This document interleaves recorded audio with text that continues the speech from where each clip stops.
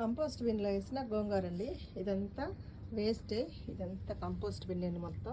అయితే దీనిలో నేను మెయిన్ ప్లాంట్కి అయితే మిర్చి పెట్టాను. ఆ మిర్చి వచ్చేలోపు మనకు చాలా టైం ఉంటుంది కాబట్టి ఈలోపు గోంగూర వేసాను.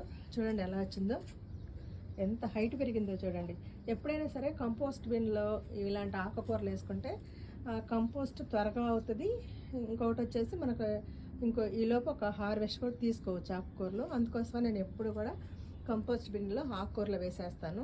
బలంగా వస్తాయి, మనకి కంపోస్ట్ కూడా త్వరగా రెడీ అవుతుంది అనమాట. ఎందుకంటే మొక్కలు వేయడం వల్ల వేరు లోపలికి వెళ్ళిపోతుంది కాబట్టి లోపల పని జరుగుతుంది, పైన పంట వస్తుంది అనమాట. ఇలా ఈజీగా మొక్కలు నాటుకోవచ్చు. దీనిలో కూడా ద్రాక్ష, మెయిన్గా ద్రాక్ష ఉంది.